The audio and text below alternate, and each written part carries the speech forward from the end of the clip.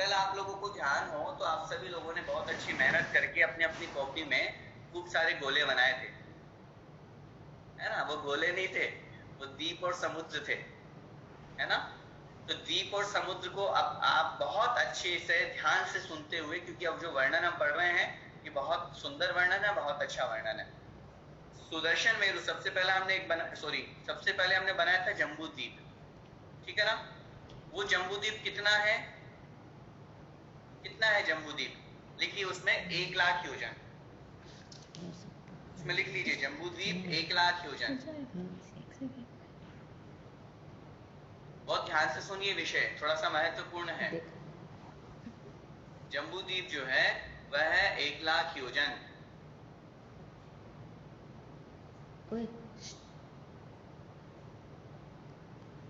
इसके बाद जो लवण समुद्र आएगा वो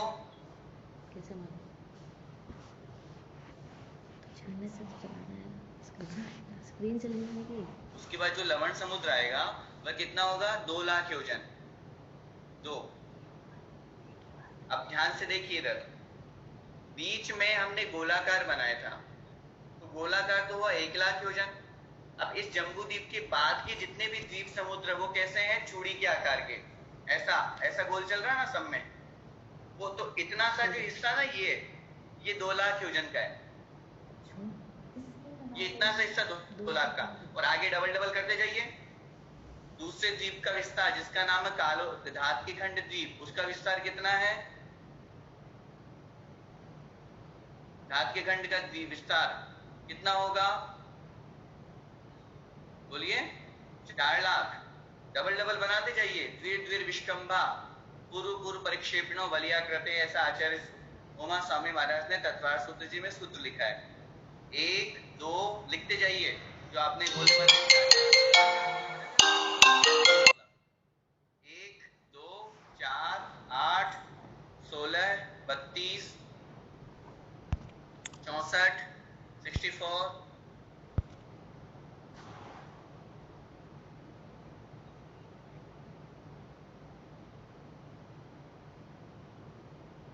पहला जम्बूद्वीप 1,00,000 योजन का, दूसरा जो उसके बाद में समुद्र आएगा वो 2,00,000 योजन का, जिसको हम कहते हैं लवण समुद्र।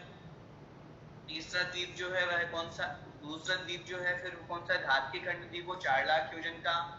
कालोदरी समुद्र जो है वो 8,00,000 योजन का। पुष्करवट द्वीप 16,00,000 योजन का। पुष्करवट समुद्र 32,00,000 योजन का। शीरवट द्वीप 64,00,000 योजन का।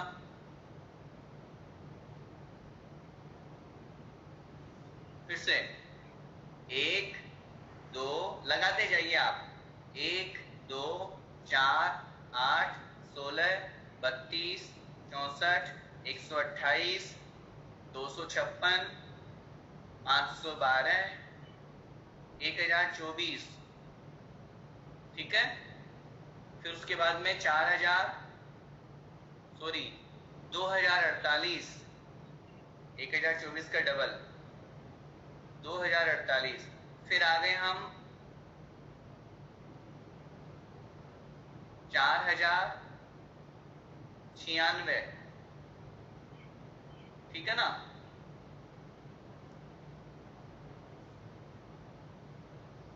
सही बोल रहे हैं, सही चल रहे हैं ना, डबल डबल। फिर उसके बाद में 8,192,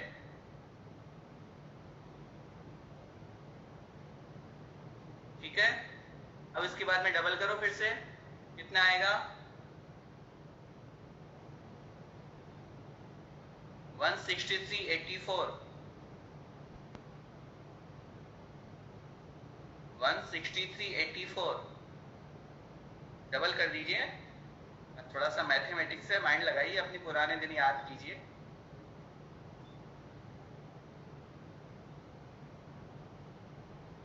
आ गया, ये नहीं आया।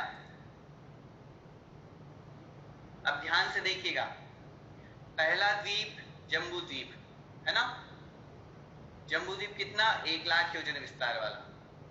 दूसरा जम्बू द्वीप के बाद में क्या आएगा, जम्बू द्वीप के बाद में क्या आएगा, धात के खंड द्वीप, सॉरी लवण समुद्र। है ना। लवण समुद्र कितना है? 2 लाख योजन विस्तार वाला। फिर घातकीखंड द्वीप 4 लाख योजन। फिर कालोदरी समुद्र 8 लाख योजन। फिर पुष्करवट द्वीप 16 लाख योजन। फिर पुष्करवट समुद्र 32 लाख योजन। ठीक है ना? ठीक है। फिर उसके बाद में क्षीरवट द्वीप 64।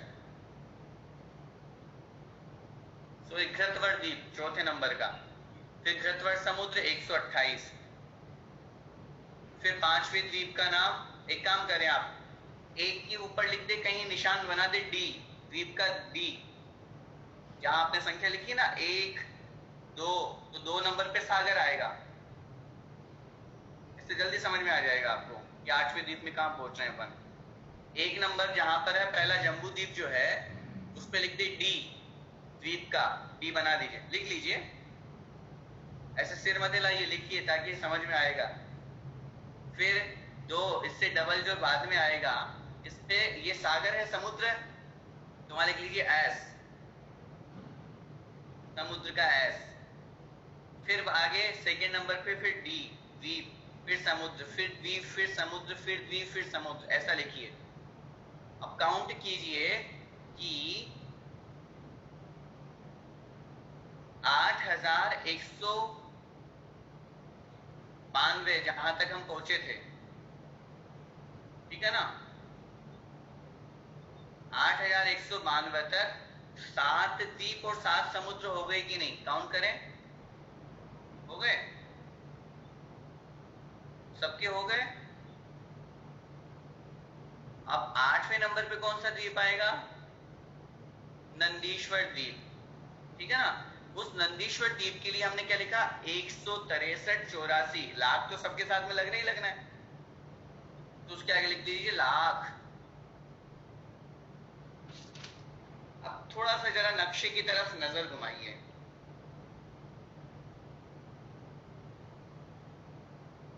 देखिए बोर्ड पे के सामने देखिए, ये जो बना हुआ है ये है नंदीश्वर द्वीप का नक्शा। इस नंदीश्वर द्वीप में बीचों बीच में ये 7 समुद्र और 7 द्वीप आ गए। ये जो छोटा सा बना हुआ ना गोल गोल,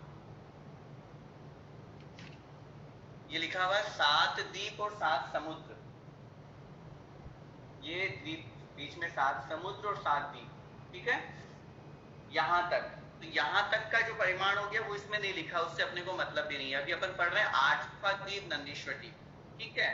तो 8वें, देखिए इधर 8वें नंदीश्वर द्वीप कौन सा है? ये 8वां नंदीश्वर द्वीप ये वाला है, जिसकी रचना अभी हम पढ़ेंगे। ये गोल पूरा, क्योंकि चूड़ी के आकार का है ना, इस तरह से चूड़ी का आकार चल रहा है पूरा इसके साथ में। ये चूड़ी के आकार का होने से एक दिशा में कितना है? तो लिखा हुआ है 163-84 लाख योजन। ये देखिए, क्लास के बाद में हम आपके ग्रुप में इसका नक्शा भेजेंगे। समझ में आ रहा है? ये एक दिशा में, अभी हमने इसलिए आपको ये संख्या लिखवाई है कि जब हम डबल डबल करते जाएंगे तो ये विचार कीजिए कि जब हम बीच के 7 द्वीप और 7 समुद्र को छोड़ देंगे, इस तरह से चूड़ी के आकार में चल रहा है पूरा, तो इस चूड़ी के आकार में एक दिशा में 163-84 लाख योजन, ये एक दिशा में इस तरह से पूरा ये सब तरफ घूमेगा ना गोल गोल। 163-84 लाख योजन का विस्तार एक दिशा में बनता है, ठीक है। अब इसमें क्या रचना है वो अपन को रचना समझनी है। ये देखिए इसकी रचना कैसे बनी हुई है, थोड़ा सा देखें ध्यान से। इसके चारों दिशाओं में जिनालय है। कैसे जिनालय है ये देखिए। इसमें सबसे पहले अपन पूर्व दिशा की बात करें तो बीचों बीच में काले रंग का ये अंजनगिरी है, देख रहे हैं आप सभी लोगों को, ये काले रंग का अंजनगिरी, ये बीच में डॉट जो है, ठीक है। इस अंजनगिरी के चारों तरफ, इस अंजनगिरी के चारों तरफ क्या बने हुए हैं? ये 4 वन बने, 4 वापिकाएं बनी हुई है। एक मिनट, ये 4 वापिकाएं बनी हुई, 4 बावड़ियां बनी हुई है चारों दिशाओं में, इस तरह से। इसको जूम करके अगर अपने को देखना है तो ये नीचे देखिए, इसमें, अच्छा इसमें ही नहीं दिया, ठीक है। तो ये सबसे बीचों बीच में अंजनगिरी हो गई, काला डोट, फिर चारों दिशाओं में 4 बावड़ियां होंगे, उन बावड़ियों के बीच में दधिमुख पर्वत, और फिर उसके बाद में बाहर की तरफ निकले हुए 2-2 रतिकर पर्वत हैं। इसको हम आपको एक बार नक्शे से बना करके दिखाते हैं। आप सभी लोग अपनी अपनी कॉपी में ये नक्शा जरूर बनाएं।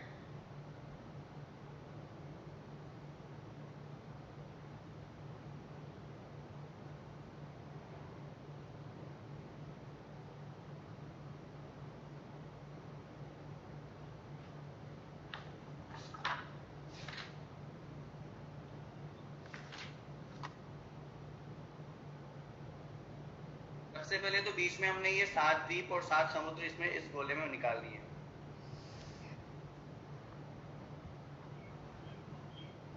इसके बाद हमने ये गोलाकार बनाया, ये देखिए ऐसे। इस गोलाकार में हमने क्या किया, ये हमेशा राइट हैंड की तरफ पूर्व दिशा होती है, राइट हैंड की तरफ हमेशा पूर्व दिशा होती है। तो इधर हमने लिख दिया पूर्व, ईस्ट, फिर इधर एक दिशा होगी तो इधर पश्चिम, ऊपर उत्तर और नीचे दक्षिण। अभी जो हमने 163 करोड़ 84 लाख लगाया था, वो इसका ये गोलाकार था पूरा, ये यहां से यहां तक पूरा घूम रहा है चूड़ी के आकार में। अब इसके बीचों बीच में सबसे पहले ये एक काले रंग की अंजनगिरी है, अभी हम पढ़ेंगे जयमाला में वर्णन। ये अंजनगिरी जो हमने बनाई, इस अंजनगिरी के चारों तरफ बावड़ियां बनी हुई है, चौकोर। अपनी अपनी कॉपी में नक्शा बनाएं। इस तरह से ये 4 बावड़ियां, ये देखिए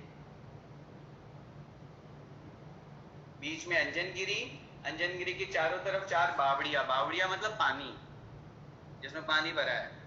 इन बावड़ियों के बीचों बीच में, इन बावड़ियों के बीचों बीच में पर्वत बने हुए जिसका नाम है दधिमुख पर्वत। तो ऐसे थोड़ा सा काला डॉट बनाएं,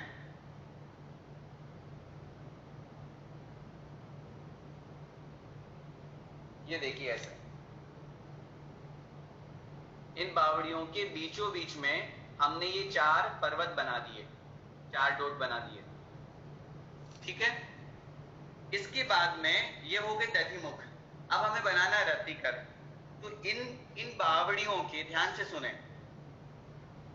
इन बावड़ियों के बाहर के कोनों में, क्योंकि बावड़ी चौकोर है, इस चौकोर में 4 कोने हो गए, तो हमें बाहर के 2 कोने पकड़ने हैं, ये वाले, जैसे मैं बना रहा हूं अभी दिखाता हूं आपको। ये बाहर के 2 कोनों में, ये बाहर के 2 कोनों में 2-2 रतिकर पर्वत बने हुए हैं, ये देखिए, ये मैंने बनाया। ये बावड़ियों के बाहर के 2 कोनों में आपको 2-2 रतिकर बनाना है, बाहर के 2 कोनों में। ये हो गए रतिकर पर्वत। अब आप इसका एरो का निशान बना के लिख लीजिए, बीचों बीच वाली का नाम है अंजनगिरी,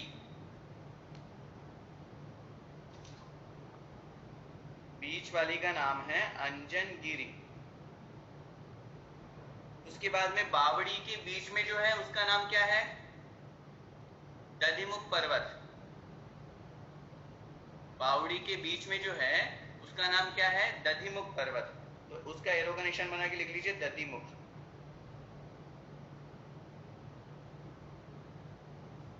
और ये जो बाहर की तरफ 8, एक दिशा के 8 हो गए ना, एक बावड़ी में 2 हो गए, तो चारों के बाहर निकले हुए हैं, तो ये हो गए रतिकर।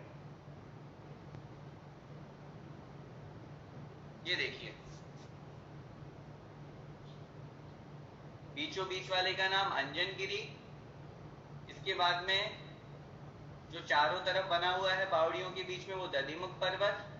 और फिर उसके बाद में उन बावड़ियों के बाहर के 2 कोनों पे जो निकले हुए हैं वो है रतिकर। ठीक है, समझ में आया? अब ये जो रचना हुई ये एक दिशा की हुई। कितने पर्वत हो गए यहाँ पे? एक अंजनगिरी, चारों दिशाओं के 4 दधिमुख, और एक दिशा, एक बावड़ी के 2, तो चारों बावड़ी के हो गए 8। एक अंजनगिरी, 4 दधिमुख और 8 रतिकर, कुल हो गए 13। तो ये 13 जिनाले इधर भी बनाना है, ऐसे ही 13 दक्षिण में, ऐसे ही 13 पश्चिम में, और ऐसे ही 13 उत्तर में, चारों दिशाओं में। अब इस नक्शे को देखिए, इसमें आपको समझ में आ जाएगा। क्लास के बाद ग्रुप में ये नक्शा भेजा जाएगा, पहले इसीलिए नहीं भेजा गया ताकि आप पहले समझें। ये देखिए, अब बीचों बीच में 7 समुद्र और 7 द्वीप निकल गए, उसको छोड़ दीजिए। अब ये जो गोल गोल पूरा है, ये है नंदीश्वर द्वीप। इसमें एक दिशा में देखिए काले रंग का, सबसे पहले बीच में अंजनगिरी है, फिर उसके बाद में चारों दिशाओं में 4 वन के बीचों बीच में 4 दधिमुख बने हुए हैं, और फिर उसके बाद में ये देखिए थोड़ा जूम करके, और फिर इसके बाद में ये बाहर की तरफ 2-2 निकले हुए रतिकर हैं।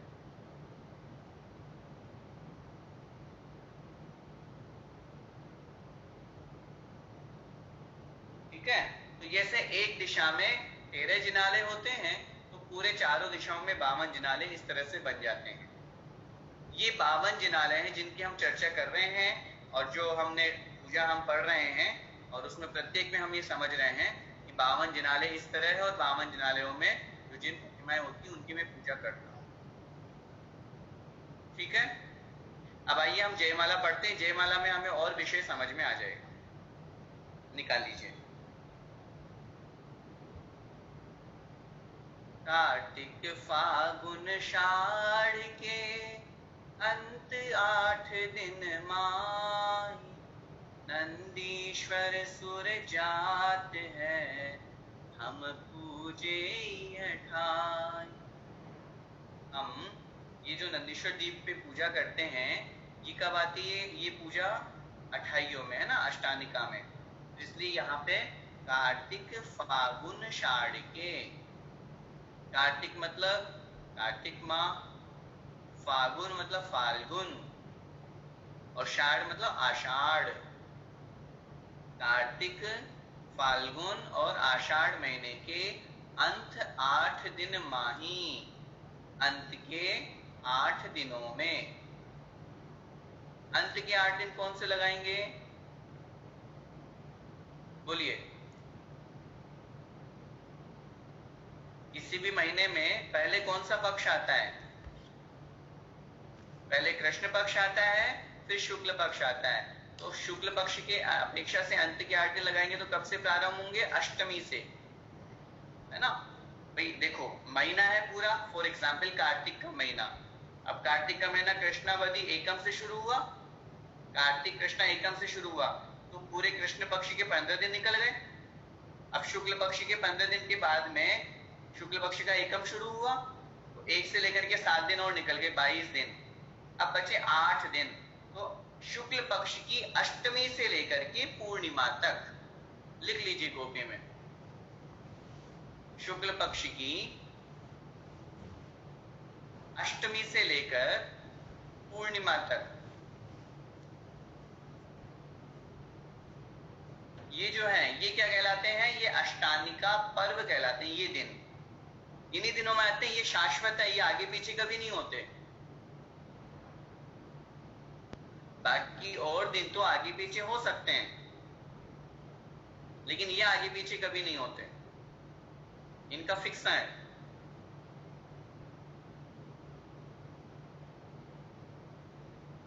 ठीक है, तो कार्तिक, फाल्गुन और षाढ़ मतलब आषाढ़ महीने के अंत 8 दिन माही, अंत के 8 दिनों में, माही का मतलब में, नंदीश्वर द्वीप में सुर जाते हैं। सुर मतलब देवता गण, जात है मतलब जाते हैं। नंदीश्वर अर्थात नंदीश्वर द्वीप में सुर मतलब देवता गण, जात है मतलब जाते हैं। और हम तो जा नहीं सकते, तो हम क्या करते हैं? हम पूजे इह ठाई, हम मतलब हम, पूजे मतलब पूजते हैं, इह मतलब यहाँ, ठाई मतलब स्थित होकर के। भाई हम तो जा नहीं सकते, तो हम तो यहीं स्थित होकर के, मतलब यहीं बैठकर, यहीं रहकर। ठाई का तात्पर्य रहकर, शाब्दिक अर्थ वैसे ठहर कर होता है, लेकिन अपन भावार्थ में यहीं रहकर। हम तो जा सकते तो है नहीं, इसलिए हम यहीं रहकर और पूजा करते हैं। ठीक है, समझ में आया? अब देखिए, अभी जो हमने नक्शा देखा, मैप देखा, और बहुत अच्छी तरह से जो हमने चारों दिशाओं का लगाया कि एक दिशा में कितना, इस तरह से पूरा गोल गोल घुमाना है, तो वही पूरा वर्णन अब यहाँ पे जयमाला पे अपन को पढ़ना है। माइंड में पूरा वही चीज ध्यान में रख करके फिर अपना काम करें। 163 कोटि योजन महा, लाख 84 एक दिश में लहा, आठमो द्वीप नंदीश्वरम भास्वरम, भौन 52 प्रतिमा नमो सुखकरम। अर्थ देखिए, 163 मतलब 163, कोटि योजन महा, कोटि मतलब करोड़, योजन महा मतलब महायोजन, 163 करोड़ महायोजन। मैंने आपको महायोजन का परिमाण लिखवाया था। एक योजन कितना होता है? 2000 कोस। वो जो 4 कोस है वो लघु योजन का परिमाण। योजन दो तरह के, लघु योजन और महायोजन। यहाँ बात चल रही है महायोजन की, क्योंकि जितनी भी अकृत्रिम रचनाएं होती हैं ये महायोजन से मापी जाती है। लिख लीजिए कॉपी में, एक महायोजन बराबर 2000 कोस।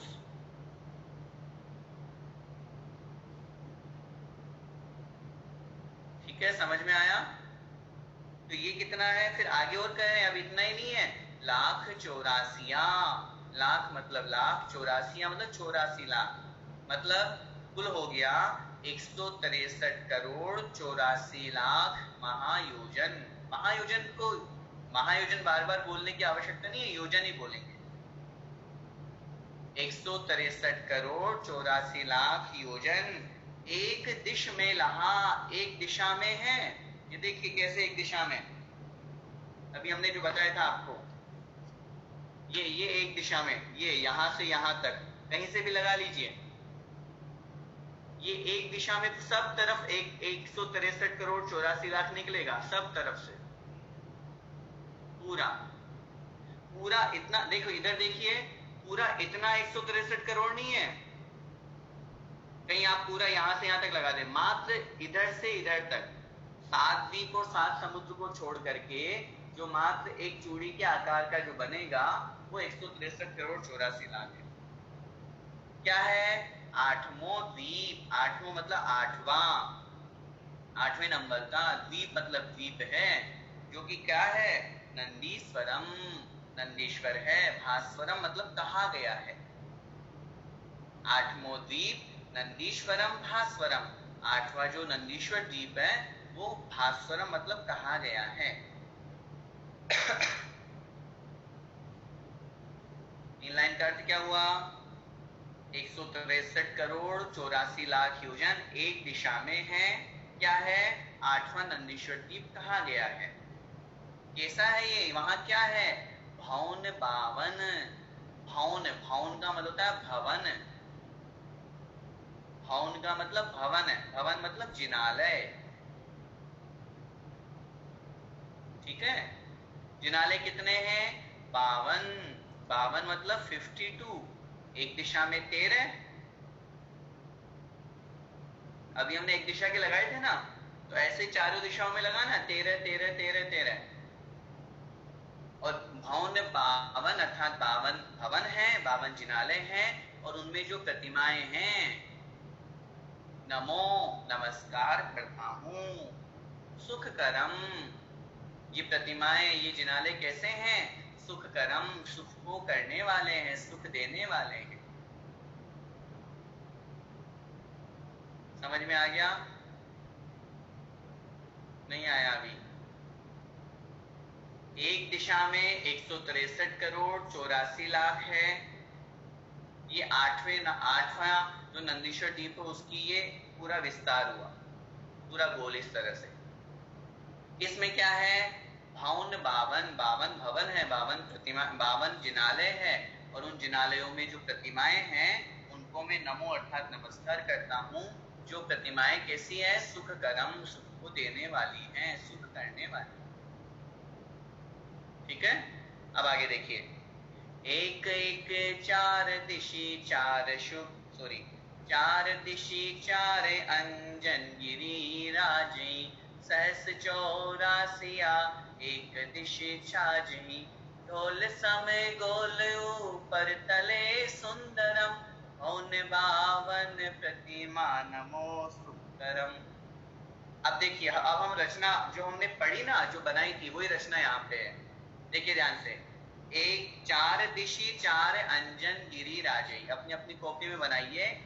चार दिशी, चारों दिशाओं में, वो बना लिया आपने, कोई बात नहीं, अभी अर्थ लिख लीजिए। चार दिशी मतलब चारों दिशाओं में, चार अंजन गिरी राजही मतलब सुशोभित होती है। चारों दिशाओं में चार अंजन गिरी सुशोभित होती है। कितनी बड़ी है वो अंजन गिरी? अंजन गिरी पर्वत का नाम है ये।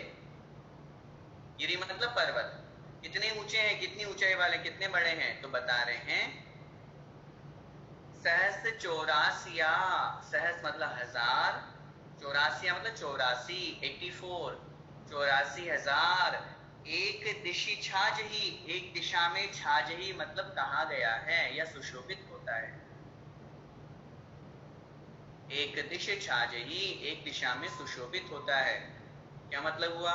मतलब ये हुआ कि जो चार दिशाओं की चार अंजन गिरी है, उनमें से जो एक दिशा की अंजन गिरी है वो कितनी है? 84,000 योजन ऊंचाई वाली पर्वत है, गिरी है। अब पर्वत तो है, अब पर्वत जो हम सामान्य रूप से देखते हैं वैसा है कि कोई और दूसरा उसका आकार है? तो आचार्य महाराज कह रहे हैं ढोल सम गोल, वो ढोल के समान गोल है। ढोल होता है ना, ढोल आप लोगों ने देखा होगा, जैसे ढोल होता है, ढोल के समान जो गोल हैं,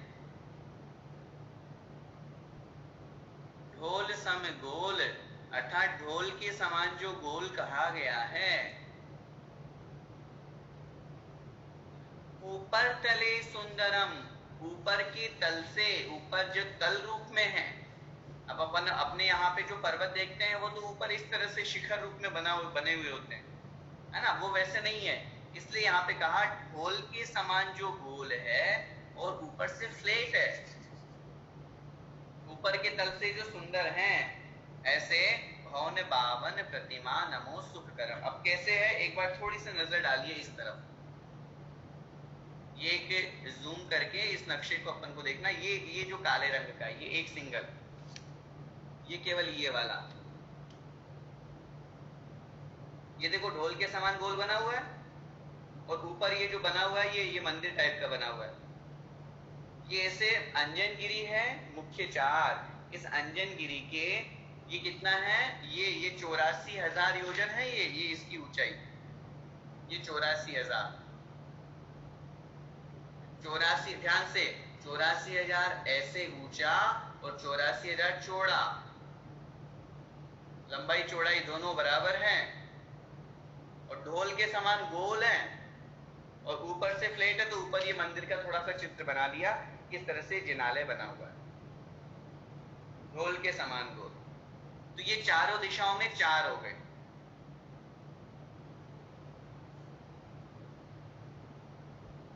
ठीक है, ये चारों दिशाओं में चार हो गए।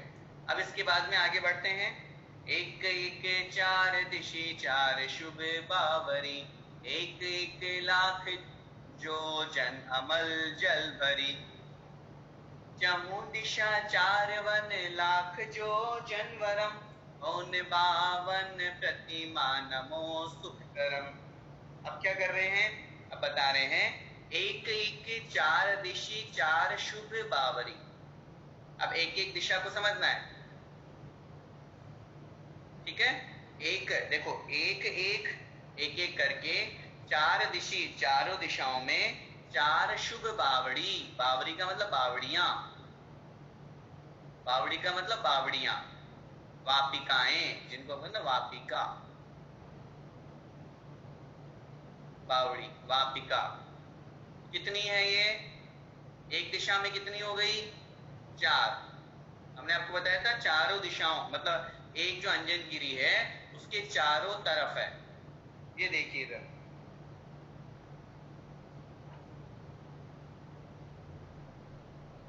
इसको हम देखेंगे इस नक्शे को, तो ये तो हो गई बीच में अंजनगिरी और चारों दिशाओं में चार बावड़ियां,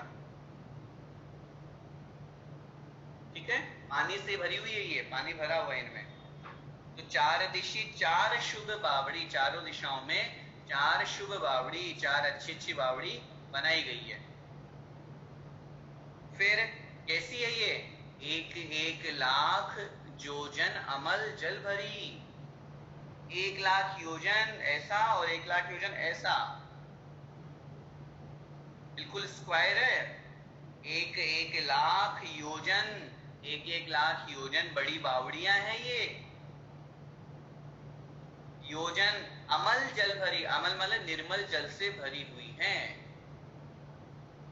एक एक लाख योजन लंबी चौड़ी है। बीच में देखो, फिर से समझो, बीच में हो गया अंजनगिरी, अंजनगिरी की चारों दिशाओं में चार बावड़ियां जो कि एक एक लाख योजन बड़ी लंबी चौड़ी है। चहु दिशा चार वन लाख योजन वरम, और इन बावड़ियों के चहु दिशा, चारों दिशाओं में चार वन बने हुए हैं। चहु दिशा चार वन, चारों दिशाओं में चार वन बने हुए हैं। लाख योजन वरम, जो 1,00,000 योजन विस्तार वाले हैं। चहु दिशा चार वन, चारों दिशाओं में चार वन बने हुए हैं बावड़ियों के चारों तरफ। ये देखिए कैसे बने हुए हैं। ये जैसे ये एक नक्शा वाला ये है, ये बीच में व्हाइट कलर का दधिमुख हो गया, ये देखिए, है ना। और इसके चारों तरफ ये चार वन बने हुए हैं ना। बीच में तो बावड़ी हो गई चौकोर। अभी अगले वाले छंद में हम पढ़ेंगे जिसमें आएगा कि ये बीच में बावड़ी के बीच में दधिमुख है, ठीक है। तो दधिमुख बीच में बावड़ी के हो गया, चारों दिशाओं में चार वन हो गए। यहाँ पे जो हमने पढ़ा अभी लाइन, चहु दिशा चार वन लाख योजन वरम, चारों दिशाओं में चार वन बने हुए हैं जो 1,00,000 योजन विस्तार वाले। आगे देखिए, सोलवापीन मधि सोलगिरी दधिमुखम, सहस दश महायोजन लखत ही सुखम, बावरी कौन दो माही दो रति करम, भौन बावन प्रतिमा नमो सुख करम। अब देखिए ध्यान से, एक दिशा में कितनी बावड़ी? बोलिए, इशारा करो ऐसे, कितने दिख रहा है मेरे को सब लोग? एक दिशा में कितनी बावड़ी? चार, चार हो गई ना। बीच में अंजनगिरी, चारों तरफ चार। अंजनगिरी कितनी है? चार, चारों दिशाओं में, एक थोड़ी ना है भाई, चारों दिशाओं में चार अंजनगिरी। अब एक दिशा की बात करें तो एक दिशा में अंजनगिरी के चारों तरफ कितनी बावड़ियां? चार बावड़ियां। तो चारों अंजनगिरी के चारों तरफ कितनी बावड़ियां? 16 बावड़ियां। तो देखो यहाँ क्या लिखा है, सोल मतलब 16 है,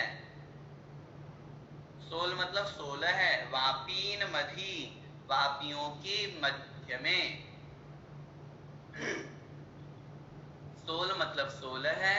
वापीन मधी, वापियों के मध्य में, वापियों के बीच में, बावड़ियों के बीच में। सोल गिरी दधिमुखम, सोल मतलब 16 है, गिरी मतलब पर्वत हैं। कौन से पर्वत हैं? दधिमुखम, दधिमुख नाम के। समझ में आया? उन 16 बावड़ियों के बीच में 16 दधिमुख पर्वत बने हुए हैं। कहाँ बने हुए हैं? ये देखिए यहाँ बने हुए हैं, ये देखिए, ये पूरा ब्लैक कलर का जो है चौकोर, ये तो होगी बावड़ी, और बीच में ये जो व्हाइट व्हाइट बनाया हुआ है ये दधिमुख पर्वत। इसका नाम दधिमुख क्यों है? क्योंकि पर्वत का रंग दही के समान है, सफेद। उसका नाम अंजनगिरी क्यों है? क्योंकि वो काले रंग के हैं। क्योंकि बीच का जो अंजनगिरी है, अंजन का मतलब क्या होता है? आप लगाते हो ना आंखों में अंजन, वो काले रंग का होता है। हाँ, तो वो अंजनगिरी जो है वो काले रंग का है, इसलिए उसका नाम अंजनगिरी है। ये जो चार पर्वत है चारों दिशाओं के, दधिमुख जिनका नाम है, ये दही के समान सफेद हैं, इसलिए इनका नाम है दधिमुख पर्वत। ठीक है। अब इसके बाद में क्या कह रहे हैं? सहस दश महाजोजन लखत ही सुखम। ये जो दधिमुख पर्वत है, इनकी लंबाई चौड़ाई ऊंचाई कितनी है? सहस दश, सहस मतलब हजार, दश मतलब 10, 10,000 महायोजन हैं। वो कितने थे अंजनगिरी? 84,000। याद रखना है ये संख्या, आप लोगों को परीक्षा में पूछी जाएगी। परीक्षा के नाम से याद करते हो, ऐसे में तो हाँ भैया जी प्रवचन दे के चले जाएंगे। हम प्रवचन नहीं दे रहे हैं, क्लास पढ़ा रहे हैं। प्रवचन में तो वन वे गाड़ी चलती है, बस दिए और चले गए। ये क्लास यहाँ सामने से भी टू वे है, आना जाना दोनों है। जब तक आपकी तरफ से हमें रेस्पॉन्स नहीं मिलेगा कि पढ़ रहे हैं कि नहीं पढ़ रहे हैं, तब तक मजा नहीं आएगा। ठीक है। तो पहला जो अंजनगिरी था वो 84,000 था। ये है चारों दिशाओं में चार दधिमुख, कितने बढ़ेंगे? सहस दश, 10,000 महायोजन हैं। लखत ही सुखम, जिनको देखने से ही सुख होता है। देखने का मतलब दर्शन करना। जब हम पर्वत की वंदना करेंगे, जिनालय की वंदना करेंगे, तो सुख प्राप्त होगा ही होगा। समझ में आया? अब देखिए ध्यान से आगे। बावरी कोण दो माही दो रति करम। अब अभी हमने जो नक्शा समझा था उसमें हमने आपको बताया था कि उन, ध्यान से, उन बावड़ी के चार कोने हैं, उन चारों कोनों में बाहर के दो कोनों में, चार कोनों में से बाहर के दो कोनों में रतिकर पर्वत बने हुए हैं। तो क्या लिख रहे हैं? देखो अर्थ लगाइए। बावरी, बावड़ियों के, कोण मतलब कोनों में, कौन का मतलब कोण, कोना, दो माही, दो में, माही मतलब में, बावड़ी के बाहर के दो कोनों में दो रतिकरम, दो रतिकर पर्वत हैं। बना लीजिए अपनी कॉपी में, बनाया भी था आपने। कैसे बनाया था? अब ये देखिए, फिर से देखिए इसको। ये बावड़ी बनी हुई है चारों तरफ, बीच में दधिमुख हो गया, और ये बाहर के दो कोनों में दो रतिकर बने हुए। समझ में आया? बाहर की तरफ चार, प्रत्येक बावड़ी के बाहर की तरफ दो दो रतिकर बनाइए इस तरह से। अब आगे बढ़े। शैल बत्ती से एक सहस जोजन कहे, 416 मिले सर्व 52 लहे। एक एक शीश पर एक जिन मंदिरम, हौन 52 प्रतिमा नमो सुकरम। अब देखिए ध्यान से, ये रतिकर कितने हो गए कुल? एक दिशा में कितने हुए? एक दिशा में 8। हम एक दिशा पूछ रहे हैं ना, पूर्व दिशा में एक दिशा की बात करेंगे। फिर देखो, एक दिशा की एक बावड़ी के दो हुए, तो चार बावड़ी हैं, तो चारों के हो गए 8। तो एक दिशा के 8, तो चारों दिशाओं के कितने हो गए? 32। क्या लिख रहे हैं यहाँ पे? शैल 32। शैल माने पर्वत, शैल का अर्थ होता है पर्वत। कितने हुए ये? 32 हो गए। कौन से पर्वत की बात है ये? नाम बोलिए। रतिकर पर्वत की। ये कितने ऊंचे हैं? इनकी ऊंचाई तो आपने बताई नहीं थी, बता दी थी क्या? पहले किसकी ऊंचाई बताई थी? तो फिर दधिमुख की, है ना? तो अब रतिकर की ऊंचाई कितनी है? 1 सहस्र योजन कहे, 1000 योजन जो कहे गए हैं। एक मतलब 1 सहस माने 1000 योजन, कहे माने कहे गए। समझ में आया? अब ध्यान से सुनिए, हम पहले का पूरा रिवीजन कर रहे हैं। सबसे बीचों बीच में अंजनगिरी, कितनी है उसकी ऊंचाई? 84,000। उसके चारों दिशाओं में 4 बावड़ियां बनी हुई हैं, उन बावड़ियों के बीच में जो 4 दधिमुख हैं उनकी ऊंचाई 10,000 योजन। और उन बावड़ियों के बाहर के 2 कोनों में 2-2 रतिकर हैं, उनकी ऊंचाई है 1000 योजन। आप कहीं पर भी दर्शन करने जाएंगे, बहुत से स्थानों पे नंदीश्वर द्वीप बना हुआ है, समय शिखर में भी है, अभी पूज्य गुरुदेव ने यहाँ आवा में भी बनवाया, जबलपुर में भी अनेक स्थानों पे नंदीश्वर द्वीप बना हुआ है। तो आप देखेंगे बीच का जो पर्वत है वो बड़ा है, अंजनगिरी, चारों दिशाओं वाले छोटे हैं, और उनके बाहर जो निकले हुए हैं वो और छोटे हैं। ऐसे ही रचना बनती है, और उनका कलर भी वैसा ही वहां पर बनाया हुआ है। ठीक है, यहां तक हो गया। अब सबको जोड़ रहे हैं आपस में। 4 16 मिले, 4 मतलब 4 कौन? अंजनगिरी। 4 के बराबर में करके लिखो 4 अर्थात 4 अंजनगिरी। और 16 माने 16 है, 16।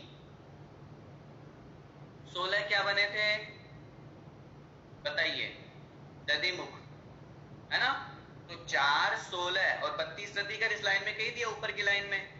तो 4 16 और 32 इन सबको मिले, इनको मिला दिया, सर्व मतलब सब मिलाया, तो 52 लहे, हमें 52 जिनालय मिल गए, 52 जिनालय प्राप्त। 4 16 मिले सर्व, 4 और 16, और फिर ऊपर की लाइन में जो 32 की बात की थी ना, शेल 32 रद्दी करके, तो 4 अंजनगिरी के, 16 दधिमुख के और 32 रद्दी करके इनको सबको मिलाया, तो क्या हो गया? सर्व 52 लहे, सब 52 हो गए, मिला करके सब 52 जिनाले हो। आगे देखिए, अब 52, अभी तो 52 पर्वत आए हैं, जिनाले कहाँ हैं? ये तो पर्वत के नाम आए ना अभी तक। तो देखिए अब क्या कह रहे हैं, एक, अच्छा सब कैसे हैं ध्यान से सुनिएगा। सब जितने भी, चाहे वो अंजनगिरी हो, चाहे दधिमुख हो, चाहे रतिकर हो, सब ढोल के समान गोल हैं, और ऊपर से सब फ्लैट हैं, सब ढोल के समान गोल है सब। बस केवल ऊंचाई लंबाई चौड़ाई भिन्न भिन्न है, एक की 84,000, एक की 10,000, एक की 1,000, लेकिन सब ढोल के समान गोल है, और ऊपर से बिल्कुल फ्लैट है। इसलिए कह रहे हैं एक एक शीश पर, एक एक पर्वत के शीश मतलब ऊपर, टॉप पॉइंट पर, शीश माने ऊपर ही ऊपर, मस्तक पर क्या है? एक एक शीश पर एक जिन मंदिरम, एक एक शीश पर, प्रत्येक पर्वत के ऊपर ही ऊपर एक जिन मंदिरम, एक जिन मंदिर है, जिनालय है, जिन चैत्यालय है। ये सब हम जो पढ़ रहे हैं सब अकृत्रिम रचना है, किसी ने बनाया नहीं है इनको, सब अकृत्रिम, अनादि काल से है, अनंत काल तक ज्यों की त्यों रहने वाली है, कुछ भी नहीं बिगड़ने वाला है इनका। अकृत्रिम रचनाओं का कभी विनाश नहीं होता। ठीक है, एक एक के, एक एक पर्वत के ऊपर ही ऊपर एक एक जिन मंदिर है। अब आगे देखिए, कितने मंदिर तो हो गए, मंदिर कितने हो गए? अब 52, 52 हो गए ना। अब उन 52 मंदिरों में क्या स्थिति है? बिंब 8 एक सो रतनमय सोहही, देव देवी सरव नयन मन मोहनी, 5 से धनुष तन पद्मयासन वरम, 52 प्रतिमा नमो सुकरम। बिंब मतलब प्रतिमा, बिंब का मतलब होता है प्रतिमा। 8 मतलब 8, 100 मतलब 108। प्रत्येक जिनालय में 108 प्रतिबिंब। कैसे प्रतिबिंब? रत्नमयी, रत्नों से जड़े हुए, रत्नों के बने हुए, सोह ही मतलब सुशोभित होते हैं। प्रत्येक जिनालय में 108 रत्नमयी बिंब, रत्नमयी, रत्नमयी लिखा है ना, इसका विशेषण है ये बिंब का, बिंब मतलब प्रतिमा का। 108 जिन बिंब जो कि रत्नों से खचित हैं, रत्नों के बने हुए हैं, सो ही मतलब सुशोभित होते हैं। अब आगे देखिए, देव देवी सरव नयन मन मोहि। अब जब दर्शन करने जाते हैं तो कौन कौन जाता है दर्शन करने? बोलिए, जाता है की बात चल रही है, जाने की इच्छा की बात नहीं चल रही है। चारों निकाय के देव जाते हैं, है ना, भवनवासी, व्यंतर, ज्योतिष और वैमानिक। देवी नहीं जाते, देवियां भी उनके साथ में जाती है। इसलिए क्या कह रहे हैं, देव देवी, देव और देवियां, सर्व मतलब सभी के, सर्व माने सभी के, नयन मन मोहि, नयन मतलब आंखों को और मन को मोहित करने वाले हैं। ये जो जिन प्रतिमाएं हैं, ये जो जिन प्रतिमाएं हैं, 108 जिन प्रतिमाएं हैं एक मंदिर में, और रत्नों की बनी हुई है, रत्नों से खचित है, और सब देव और देवियां सबके मन को आकर्षित करने वाले, मन को भी और आंखों को भी लुभाने वाले। दर्शन करते तो ऐसा लगता है बस एक टक भगवान को निहारे जाओ। और कितनी ऊंचाई वाली है, तो आगे कह रहे हैं 5 से धनुष। 5 से का मतलब 500, 500 धनुष। तन माने उनका शरीर है, उन प्रतिमाओं का जो शरीर है, शरीर का तो भाव लगा लिया, शरीर तो है नहीं है, लेकिन उन प्रतिमाओं का जो अवगान है वो 500 धनुष की अवगान है। और कैसी है? पद्म आसन परम, परम माने उत्कृष्ट पद्मासन से विराजमान है। 500 धनुष पद्मासन में है। ऐसा मत सोचना पूरे 500 धनुष के खड़े थे और बैठ के तो कम हो गए, नहीं, विराजमान पद्मासन में 500 धनुष है। और एक धनुष कितना होता है लिखवाया था आपको? 4 हाथ का। एक हाथ कितना होता है? 1.5 फुट का। तो एक धनुष में कितने फुट हुए? 6 फुट। तो 500 धनुष में कितने फुट हुए? 3000 फुट। सोचिए, 3000 फुट की पद्मासन भगवान बैठे हैं। जय हो आपकी। 56 फुट के गोमटेश्वर बाहुबली भगवान को देखते हैं तो आंखें ऐसे देखना पड़ता नीचे से भगवान को, है ना। और जब देखते हैं भगवान की प्रतिमा तो बस मन मंत्र मुग्ध हो जाता है, मन वही रम जाता है।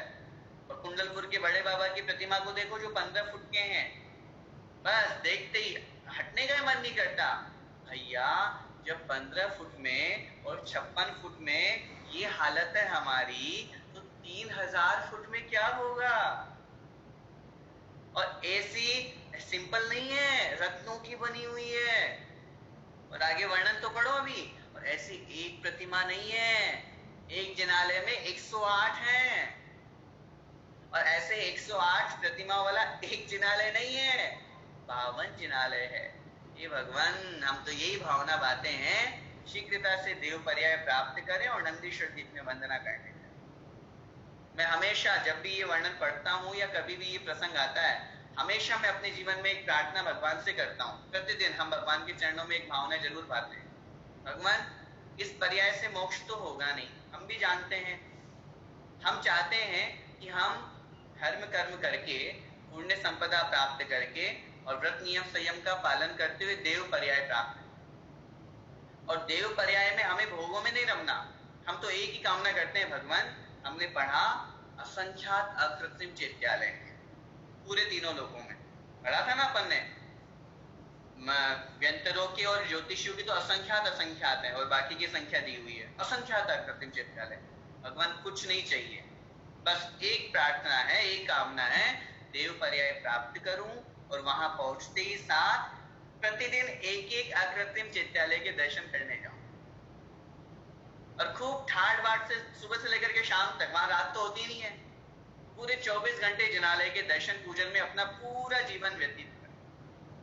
और हम तो कह देंगे अपनी देवियों को भी वहां पे साथ में चलना हो तो चलिए, नहीं तो आप यहीं रुकिए, आपकी इच्छा। ये भावना प्रतिदिन माननी चाहिए हमको कि भगवान कुछ नहीं चाहिए।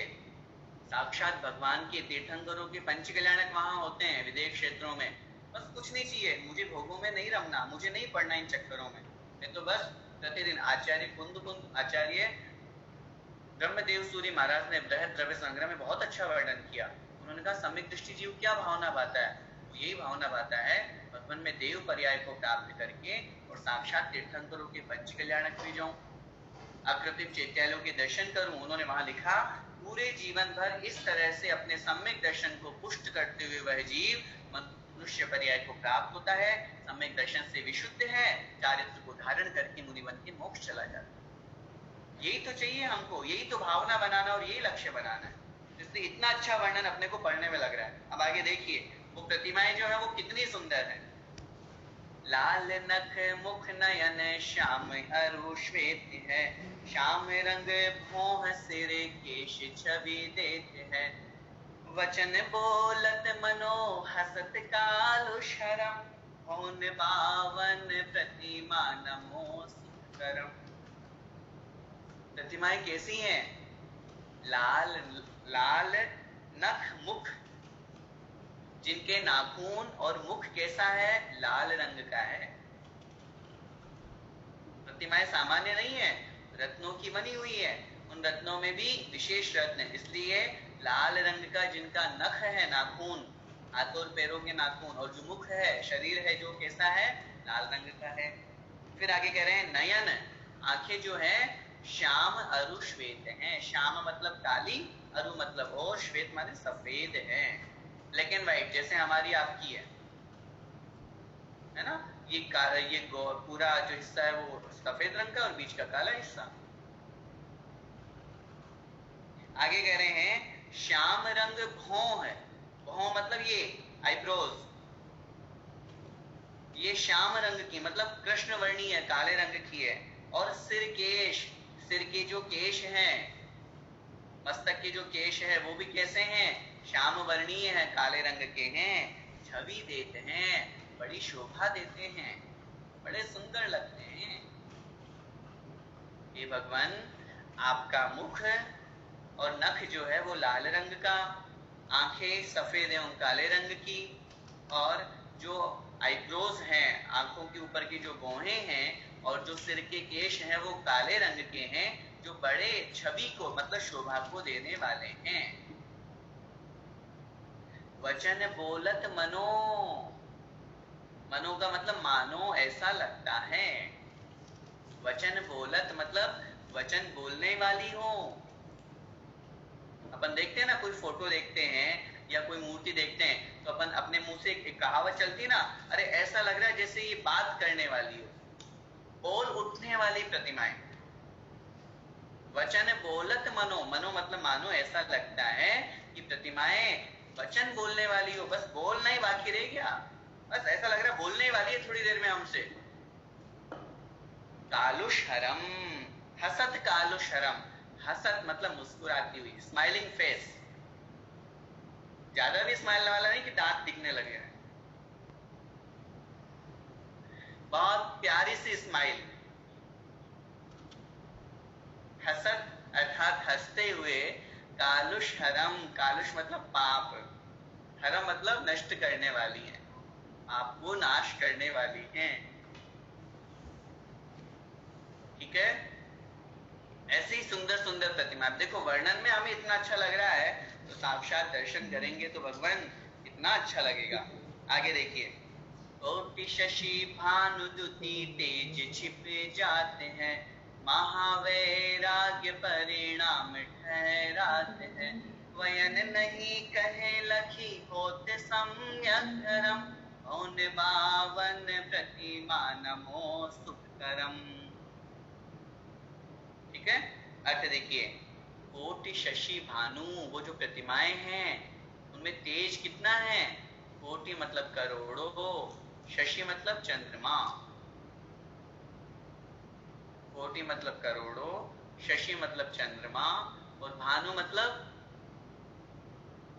बोलिए, सूर्य, उनका जो द्युति, द्युति मतलब कांति, उनकी कांति, कांति का जो तेज है, तेज का मतलब प्रकाश, कोटि मतलब करोड़ों, चंद्रमा एवं सूर्य की जो कांति का जो तेज है मतलब प्रकाश है, आभा है, वो भी छिप जाता है। छिप जाता है मतलब, छिप जाता है का मतलब उनके समक्ष फीका पड़ जाता है। वो जो जिन प्रतिमाएं हैं इतनी आभावान है, इतनी कांतिमान है। अब इसका मतलब ये मत समझिएगा जैसे सूर्य का तेज बहुत तेज होता है तो हम तो सूर्य की तरफ देख नहीं पाते, हमारी आंखें तो चुंधिया जाती है, तो ऐसे वहां पर होता होगा। नहीं, तेज बहुत बड़ा है, भगवान तो बहुत अच्छे से दिखते हैं। वो तेज चुभता नहीं है, चुभने वाला तेज नहीं है, बड़ा शीतल मंद सुखकारक। तो करोड़ों सूर्य और चंद्रमाओं का जो तेज है, जो कांति का जो प्रकाश है, आभा है, वो भी जिन प्रतिमाओं के समक्ष छिप जाता है, अर्थात फीका पड़ जाता है। महावैराग्य परिणाम ठहराते हैं, जिन प्रतिमाओं के दर्शन करने से महान वैराग्य के परिणाम स्थिर होते हैं। महावैराग्य, महान वैराग्य के परिणाम आप ठहराते हैं मतलब स्थिर हो जाते हैं, जो परम वैराग्य से युक्त हो जाते हैं। साक्षात बैठी हुई प्रतिमाएं लगती है, लेकिन फिर भी उनको देख करके संसारी जीव के मन में संसार की भावना नहीं आती, वैराग्य की भावना उनके अंदर जागृत हो जाती है। ठीक है, महावैराग्य परिणाम ठहराते। फिर आगे क्या कहते हैं, वयन नहीं कहे, ये प्रतिमाएं वचन नहीं बोलती, वयन नहीं कहे, वचन नहीं बोलती, लखी देखने मात्र से, होत सम्यक धर्म, होत मतलब हो जाते हैं, सम्यक धर्म सम्यक दर्शन से युक्त, सम्यक को धारण करने वाले। देखिए अर्थ, वयन नहीं कहे, वचन नहीं कहते, ये प्रतिमाएं वचन नहीं बोलती, लखी देखने से, दर्शन से, होत मतलब हो जाते हैं, सम्यक धर्म सम्यक को धारण करने वाले। ये प्रतिमाएं वचन नहीं बोलती, बल्कि इनके दर्शन से ही सम्यक्त की प्राप्ति हो जाती है। भवन बावन, ये बावन भवन और जिन प्रतिमा, नमो सुखकरम, उन बावन जिनालयों को और उन प्रतिमाओं को जो कि सुखकारी है, मैं नमस्कार करता हूं। समझ में आया? अब यहां तक अपनी जयमाला हो गई। अब एक बार अपनी कॉपी में नोट करें, 4 अपन कुल जिनाले लिख रहे हैं, तो लिखिए 4 अंजनगिरी,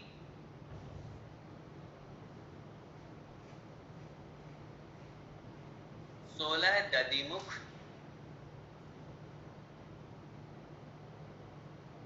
और नीचे लिखिए 32 प्रतिकर।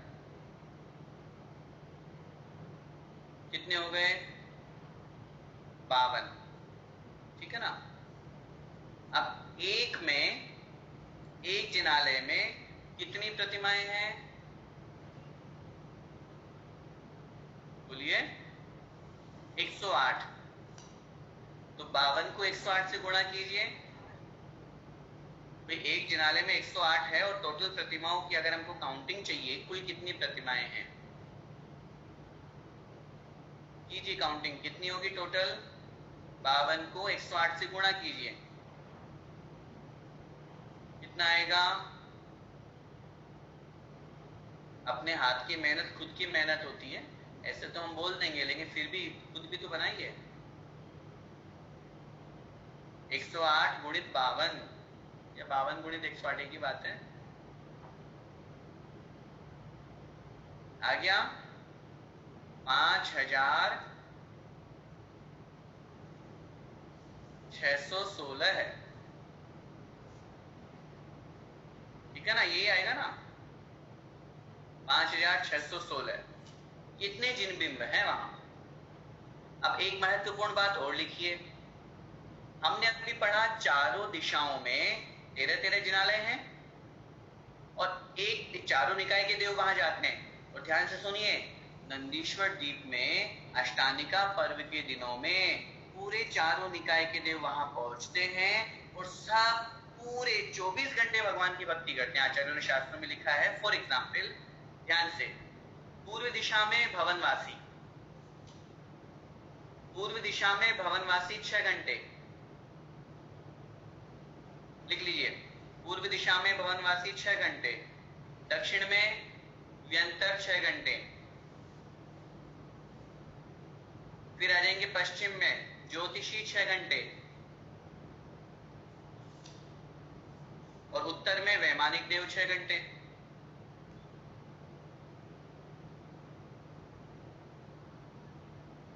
पूर्व में भवनवासी देव 6 घंटे, दक्षिण में व्यंतर देव 6 घंटे, पश्चिम में ज्योतिषी देव 6 घंटे, और उत्तर में वैमानिक देव 6 घंटे।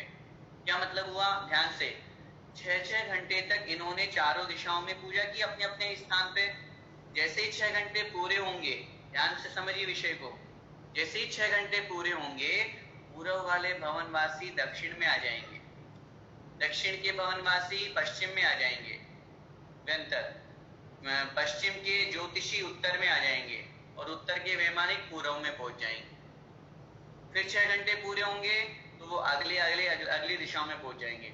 मतलब एक निकाय के देव पूरे 24 घंटे में चारों तरफ के जिनालयों की पूजा करते हैं। ये प्रक्रिया है।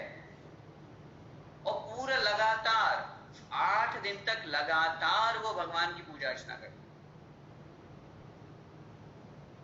कोई अंतर नहीं आता उनमें, 1 सेकंड का भी उनमें भेद नहीं रहता। प्रत्येक देव एक दिन में पूरे 52 जिनालयों में पूजा करते हैं, इस तरह से। ठीक है, अंत की 2 लाइन पढ़ें।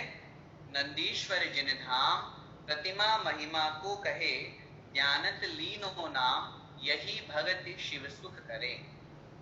नंदीश्वर जिन धाम, नंदीश्वर में जो जिन धाम है, जिन धाम का मतलब जिनेंद्र भगवान का स्थान, मतलब जिनालय, उनकी प्रतिमा महिमा को कहे, उनकी प्रतिमा की, जिनालय की, जिन धाम मतलब जिनालय, और उनमें स्थित जो प्रतिमाएं हैं उनकी महिमा को कहे। महिमा को यहाँ पर कहा है।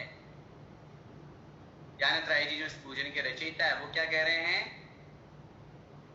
ज्ञानत लीनो नाम, ज्ञानत राय जी कह रहे हैं लीनो मतलब जो लेता है, नाम मतलब नाम, जो नाम लेता है, यही भगति, यही भगवान की भक्ति, यही भगवान की भक्ति शिव सुख करे। शिव मतलब मोक्ष सुख को करती है, मोक्ष सुख प्रदान करती है।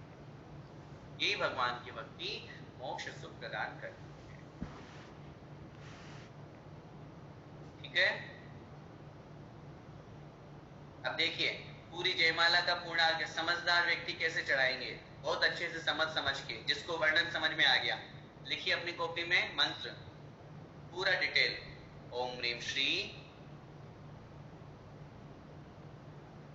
आराम से, ओम ह्रीम श्री नंदीश्वर द्वीपे, नंदीश्वर द्वीपे पूर्व दक्षिण पश्चिम उत्तर दिक्षु, पूर्व दक्षिण पश्चिम उत्तर दिक्षु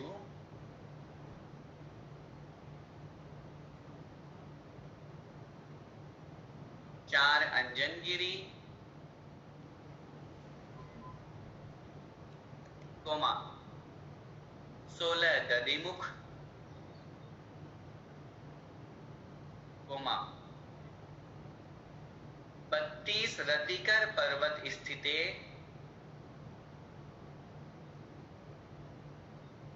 32 रतिकर पर्वत स्थिते 52 जिनालयेभ्यो नमः,